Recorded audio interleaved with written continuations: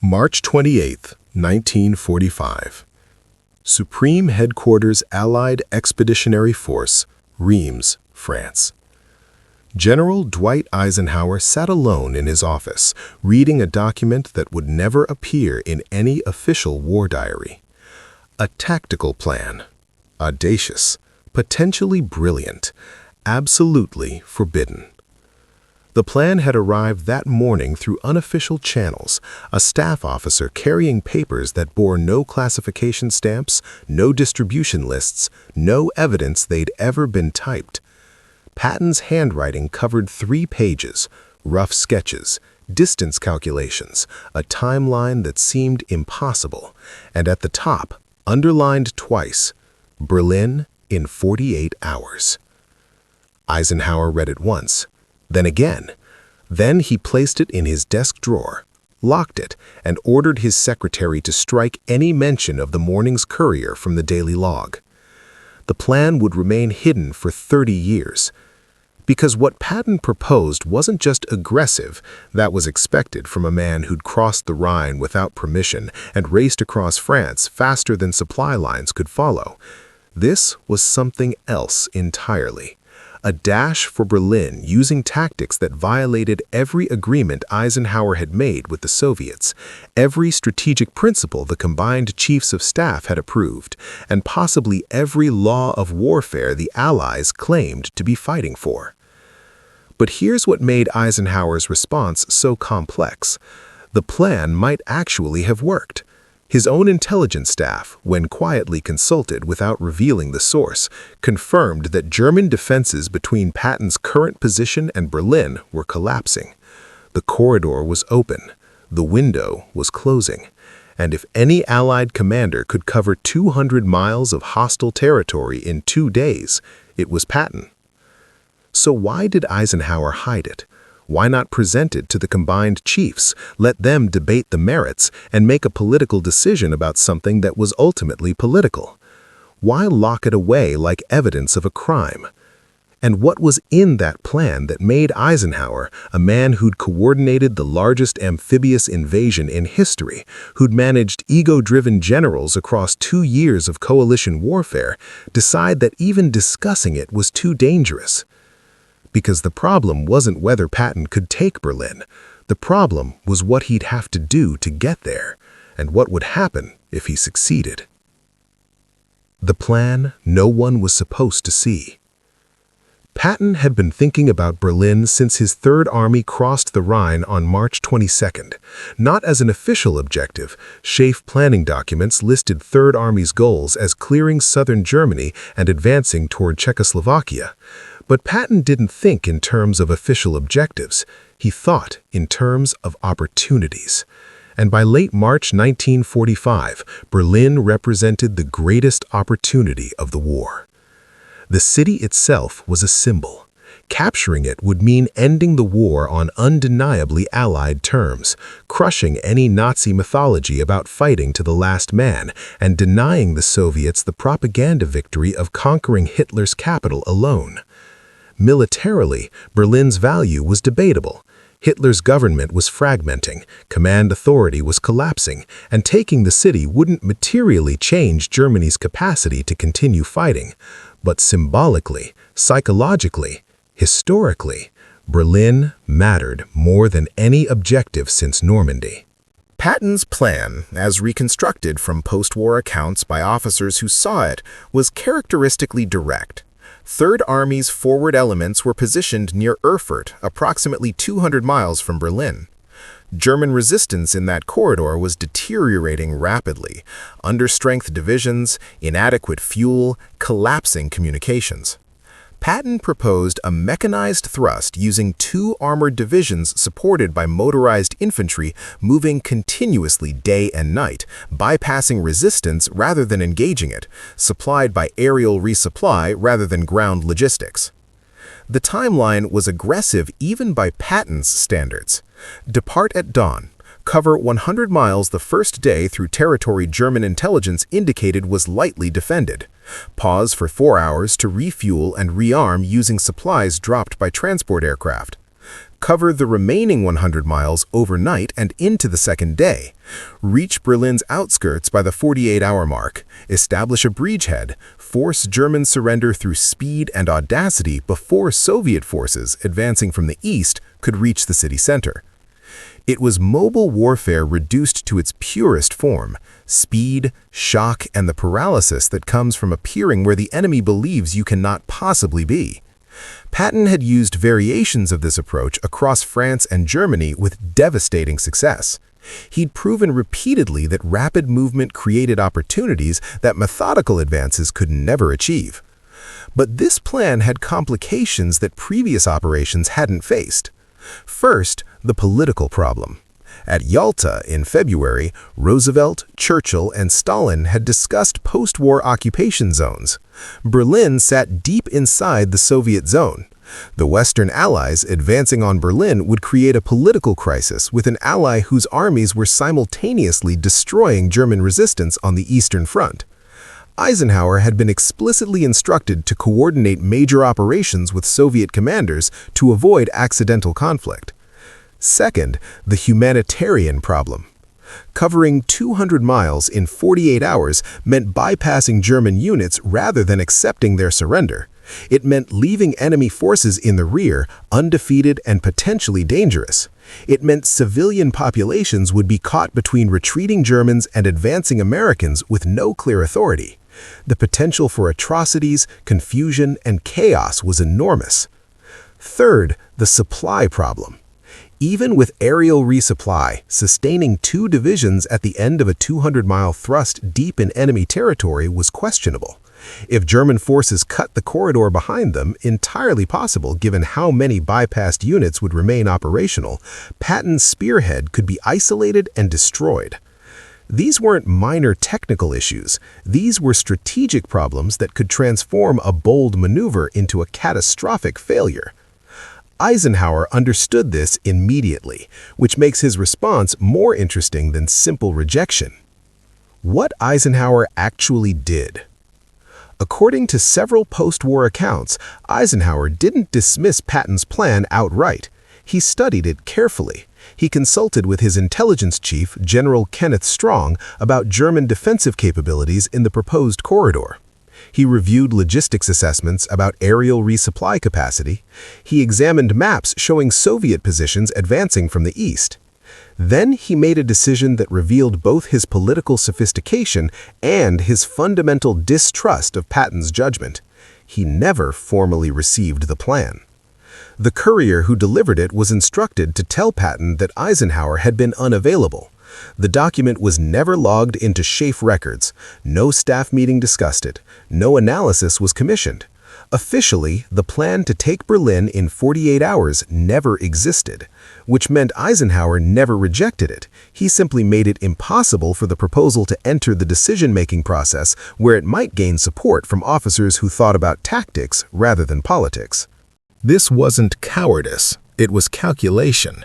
Because if Eisenhower had formally received and rejected the plan, Patton would have protested up the chain of command. He'd have appealed to Marshall in Washington. He'd have found sympathetic officers who agreed that taking Berlin before the Soviets was worth the risks. The debate would have become political, forced Churchill and Roosevelt to take positions, potentially fractured Allied unity at the moment when maintaining that unity was essential to managing post-war Europe. By making the plan disappear before it officially existed, Eisenhower avoided all of that. Patton couldn't protest a rejection that never happened. Marshall couldn't be forced to adjudicate a dispute about a document that wasn't in the records. Churchill and Roosevelt never needed to confront the question of whether beating the Soviets to Berlin was worth risking the alliance. But Eisenhower did something else, something that suggests he took the plan more seriously than his public silence indicated.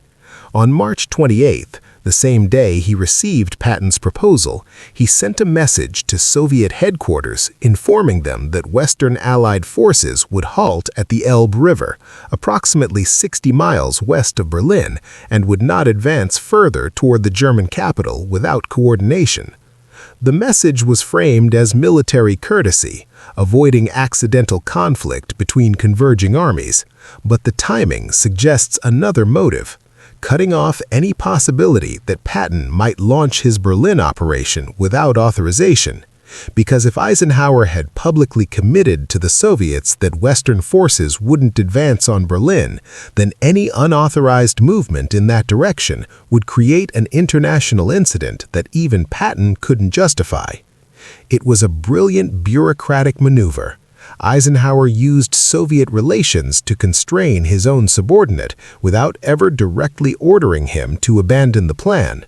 He made Berlin politically impossible while maintaining plausible deniability about whether he'd even known Patton wanted to try. The conversation that never happened.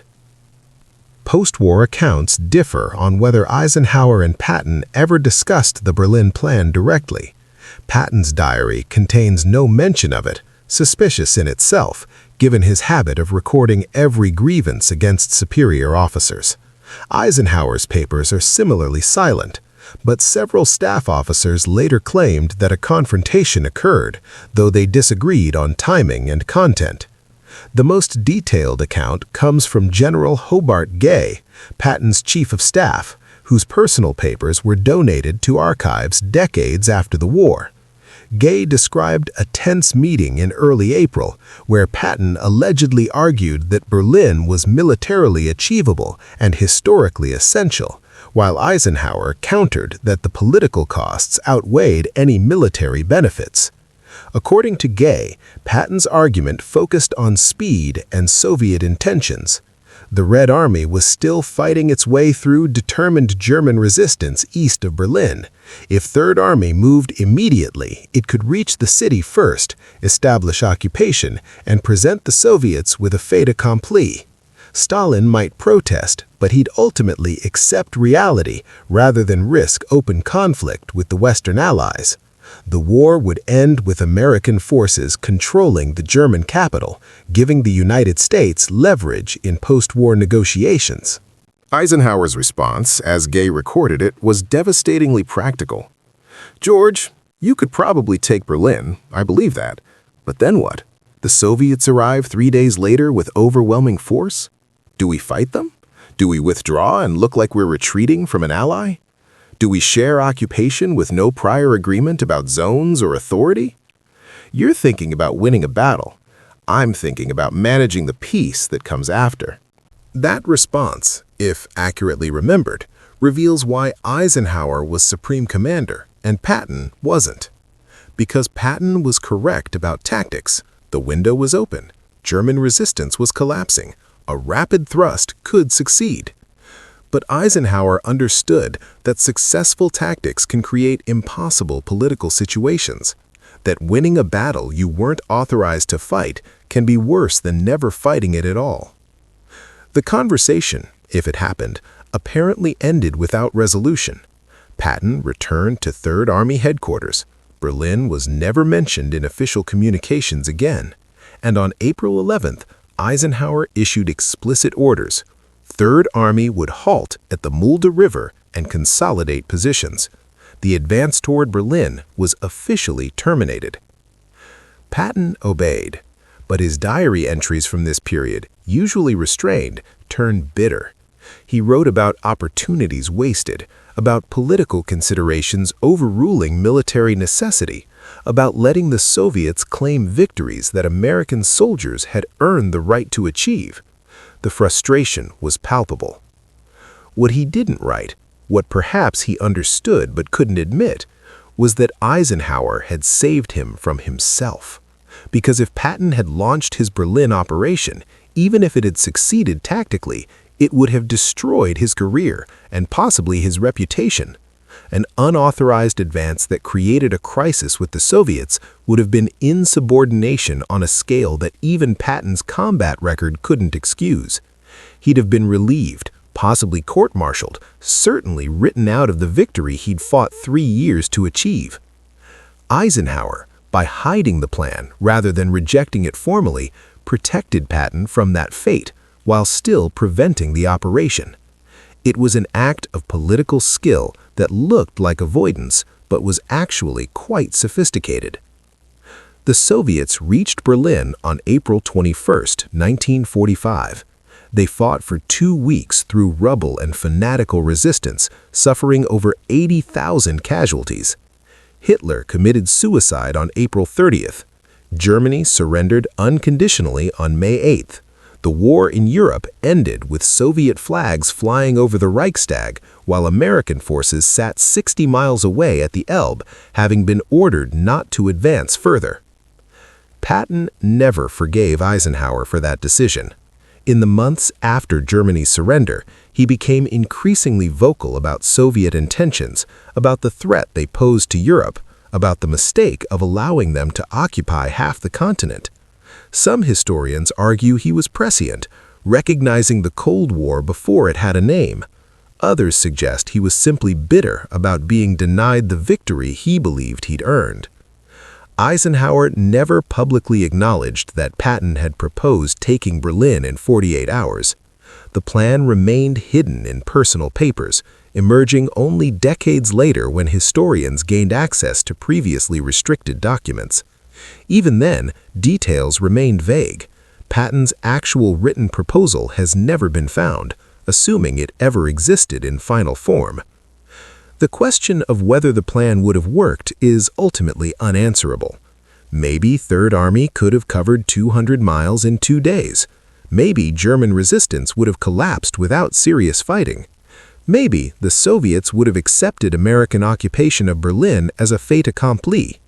Or maybe Patton's columns would have been isolated, surrounded, and destroyed, creating the largest American military disaster since Pearl Harbor.